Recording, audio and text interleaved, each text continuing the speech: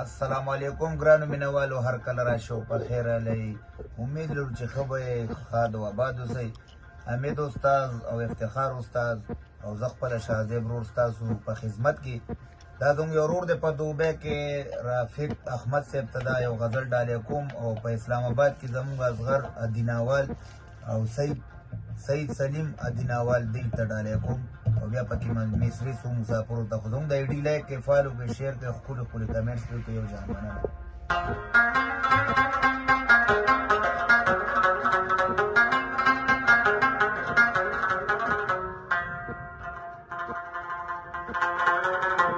مولا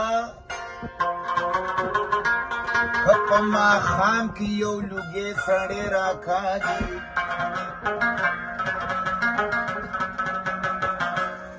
په دې کې ګناه شته چې سرګټې سړی راکاږي.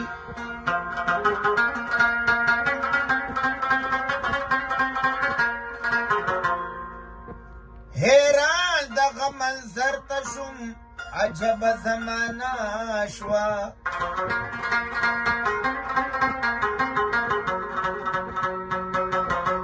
د ډب بازار په میز کې یو سړی راکاږي،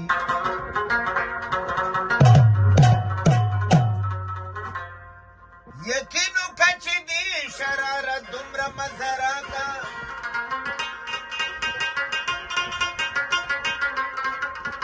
چې ستا نه خو دې ټوله ورځ منګې سړی راکاږي.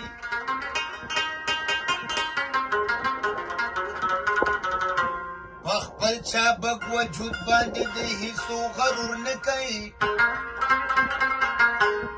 که هر څومره تکړه شي خو مرګې سړی راکاږي.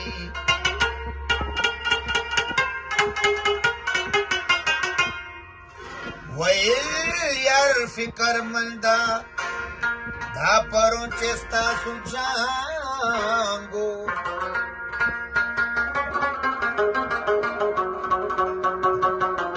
رکیب دې داسې راخ کو لکه سپی سړی راکاږي. هرب دا یو ګیله مې راشي چې دې یاد یم کنه، ته ماته څومره یې شیرینه،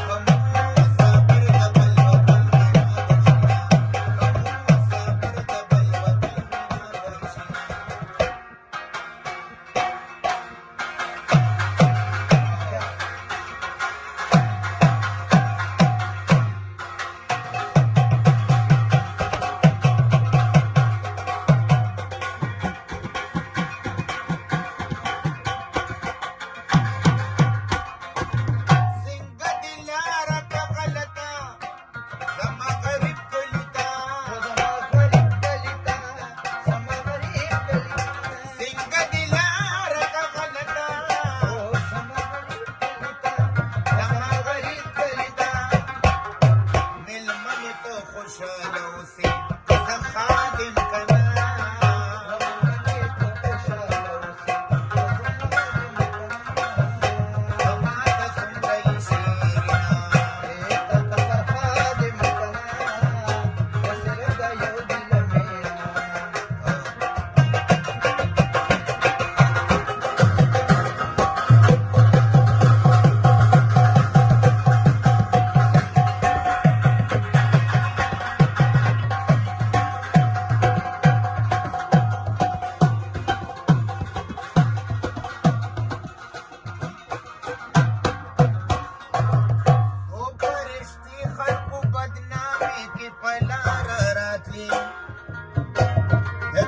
پیغلی می ډوډۍ پسې ترخاره راتلی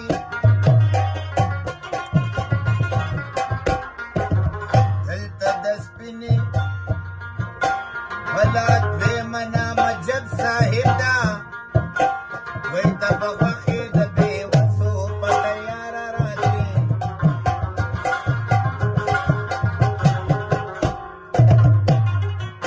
زما د سر د حفاظت دعوې هم دي کولې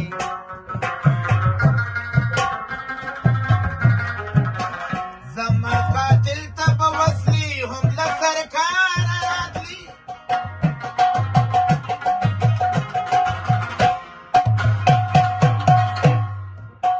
ما به د کوم ظلم ته مخې لاس نیول کوله